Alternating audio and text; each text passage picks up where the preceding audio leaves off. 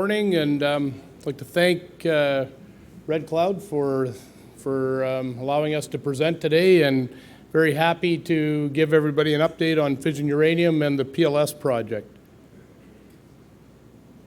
Which one did it there? Okay.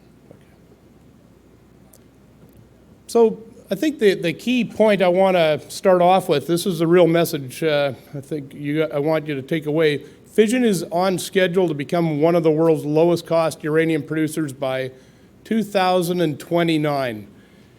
We have extremely strong economics. We're in a very well-recognized uranium jurisdiction in the province of Saskatchewan. The R deposit itself is shallow, it's high grade, and a lot of room for growth on the deposit. And 2024, we'll be kicking off a major regional exploration program. So we'll be back exploring on the PLS project as well as advancing the R to production.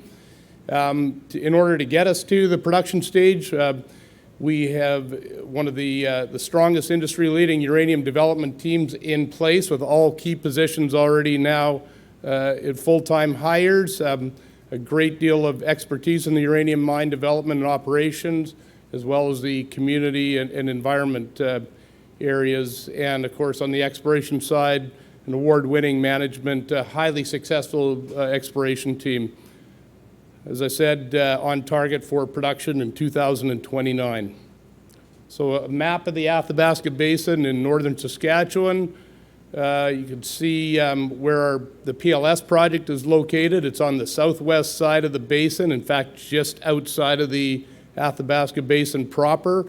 We are linked with a Highway 955 that runs within about one kilometer or so of the deposit area, and that gives us access to the major cities to the south as well. So there are a number of excellent projects in the area, of course, with NextGen's Arrow deposit on the development phase as well to production. A number of excellent nearby discoveries. Spitfire, F3 have the JR zone within about 10 kilometers of us. So I think the whole southwest side of the basin is becoming an extremely exciting place to be, and I think that we represent one of the key projects for near-term development. This is a map. You would have seen sort of a similar version from Phil on the last one. It's really sort of showing the various types of deposits that are associated in the Athabasca Basin. The R is the one on the left-hand side. It's 100% contained within the basement rock. This is the same basement rock that underlies the Athabasca Basin, but different than the unconformity deposits at the bottom of the sandstone basin. In the basement itself, we don't have any sandstone on top of us, and where the basement is the uppermost bedrock lithology. So the top of the bedrock is basically the top of the ore deposit of R. We completed a feasibility study in January, I guess January, February of this year, so really only about 8 or 9 months ago now. So I think the price that we used on the project was $65 uranium, but I think everything you've seen here does include the current inflationary environment that we're in. So I think we're pretty confident with the numbers that we have in the feasibility study being current with today's economics. What we've outlined is a mine life at PLS of 10 years. There's substantial ability to grow from that, and this is by averaging around just over 9 million pounds a year at a operating cost of $13 Canadian, so just under $10 a pound US. So one of the potentially lowest operating mines in the world. And all-in sustaining costs, you're looking at $18, so just under 14 US. So that does put us in a very, very, very competitive position overall globally.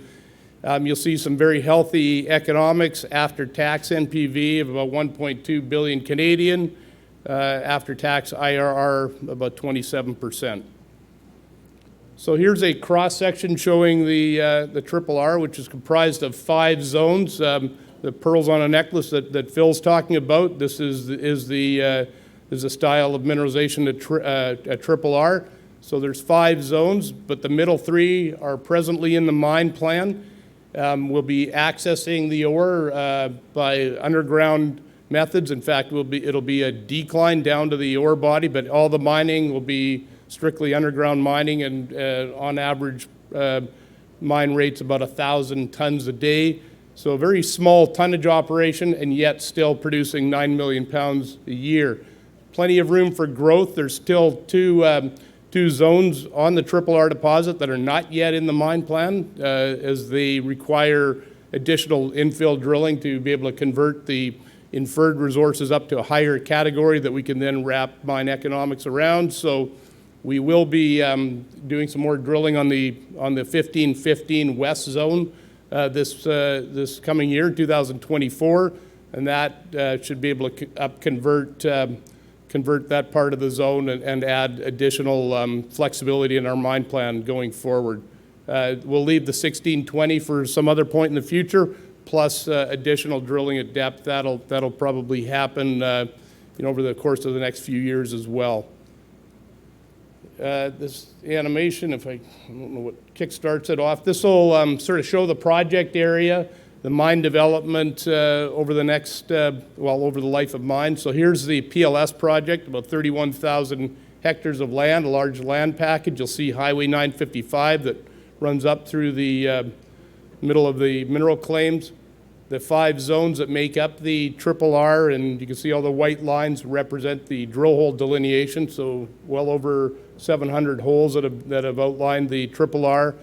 And here you'll be able to see basically the progression of mining through the coming down the decline. It'll be basic open hole stoping mining, conventional underground mining. There will be a freeze layer, I think that starts coming in here, just at the top, the part where the top of the ore body hits the overburden area. That part will be a freeze layer, but the rest of the mine does not require any freezing. So non-automated type mining, again, open hole stoping. The main ore zone there is the R780, but we'll be able to branch off on all the zones from the same common underground workings to include the there. So the head frame will be removed after the construction part, so replaced by a low elevation fan level. And this is just sort of showing what the infrastructure will look like around the Triple R. It's a very small footprint in land development. We are looking at a tailings management facility located about 2 kilometers to the west. This would be a surface tailings facility. All of our the development rock will go back into the mine in backfilling into the mine, so no long-term surface stockpilings of the waste rock. That'll go back underground, and tailings, as I mentioned, will be surface tailings, which of course get revegetated and smoothed at the end of the mine life. So we think that the development at Triple R does represent a unique development with production advantages, very low risk. This is tried and true conventional underground mining. High efficiency, I guess just the overall shape of the ore body is very gentle plunge, so I think quite favorable for mine development. We have excellent metallurgy in there, extremely high recovery, very low deleterious elements, almost nil arsenic, very low selenium. So some of the elements that do plague a number of these types of deposits is not a case at Triple R. High productivity by being a shallow depth and laterally extensive. We've got a very high tons per vertical meter profile and excellent access, as I mentioned, just to the east by about 1 to 2 kilometers from Highway 955. There we go. So here's the economics. At the baseline $65 uranium price that we use, we're looking at after-tax 1.2 billion Canadian for the NPV. But you'll see how these numbers change extensively. Right now, we're looking at uranium that's closer to $75. So in that case, we're looking at closer to about almost 1.6 billion after-tax NPV, which would equate to 31.6. But when you look at the forward curves, when we're looking at production in 2029, we're up into the 80s, $90 a pound uranium cost curves right now. So you can see the attractiveness of where this could potentially be at the time that production begins at PLS. On the exploration front, we'll be kicking off a pretty strong, aggressive program in 2024. We'll begin the hunt for the next RRR type deposit or arrow type deposit on our PLS land. The two phases of exploration work. Number one, well, there will be additional drilling in the R1515 West Zone, and that is meant primarily for infill drilling to up-convert the 1515 from inferred.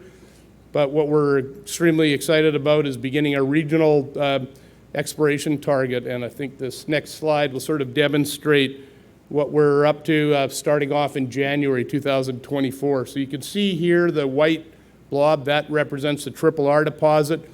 We'll be testing some high priority targets both to the southwest along trend of the same conductive fault zone that hosts the RRR. So we're looking at the western extent of about over 1.7 kilometers away on strike, 2.5, and then what we call the far west expansion.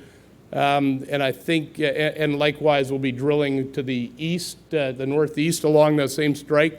And I think what's pretty exciting for us is looking at the next parallel conductors, the next fault zones to the north, about would it be about 100 or 200 meters to the north of RRR, where we think we have the analog very similar to what hosts the Arrow deposit on NextGen's property to the north. If you think about the Arrow South and the Arrow deposit being in that setting, RRR sort of to us looks like the Arrow South position. So we'll be looking for an Arrow type analog in our on our testing to the north. So we're quite excited about this, the potential to find additional significant high-grade uranium occurrences on the PLS property. Corporately, where we're sitting at right now, we've got a market cap somewhere between 650 to 700 million Canadian. Very strong treasury, just over $60 million in the bank. That'll get us all the way through the development phase that we're in. We expect to have permits in place by that allow us to begin construction in 2026. So the next two and a half years is really getting permits to go ahead and build and to construct and operate a mine. As I said, with a healthy balance sheet, so we've got the cash that can get us there. Of course, you can see the research coverage here, covered by a number of extremely reputable firms in Canada, U.S., and over in England as well, in the UK. Ownership would be roughly half and half between retail and institutional, and we have a strategic investor with China General Nuclear that have around a 13% equity stake in the company. And I think with that, I'll probably wrap it up and see if there's any time for any questions.